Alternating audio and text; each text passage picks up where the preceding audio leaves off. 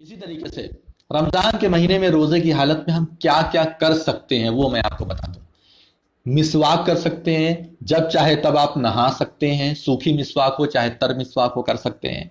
और इसी तरीके से जो है, अगर आपको गर्मी लग रही है बहुत ज्यादा तो आप सर पर पानी डाल सकते हैं, कुल्ली कर सकते हैं, बशर्ते के हलक के नीचे जो है कुछ भी ना जाए, तो कुल्ली वगैरह भी कर सकते हैं। इसी तरीके से सुरमा वगैरह आप लगा सकते हैं। अगर आपको एहतलाम हो जाए, नाइटफॉल हो जाए, दिन में सोए हैं नाइटफॉल हो जाता है, एहतलाम हो जाता है, आपका रोजा नहीं टूटेगा। इसी तरीके से जो है, जनाबत की हालत में अगर आपने सुबह कर दी, यानी हो सकता है रात में आपने सोबत की और उसी हालत में सो गए, अब सोने के बाद जब उठे तो पता चला अजान हो गई, सहरी भी आपकी छूट गई। या इसी तरीके से उठे सहरी किए तब तक जो है आप जनाबत की ही हालत में थे, आपके ऊपर गुस्ल था लेकिन आपने गुस्ल नहीं किया उस टाइम, तो कोई हर्ज की बात नहीं है। अजान के बाद भी आप जो है नहा सकते हैं।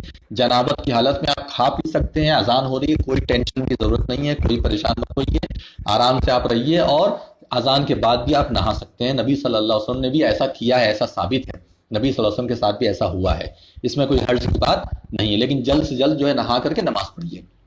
इसी तरीके से अगर आप भूल करके खा पी लेते हैं तो इसमें कोई हर्ज की बात नहीं है। नबी सल्लल्लाहु अलैहि वसल्लम ने फरमाया कि भूल करके जो आदमी खा पी लेता है, गोया कि उसे अल्लाह ताला ने खिलाया, लेकिन जानबूझ करके अगर खाएंगे पिएंगे जर्रा बराबर भी तो रोजा टूट जाएगा पक्का।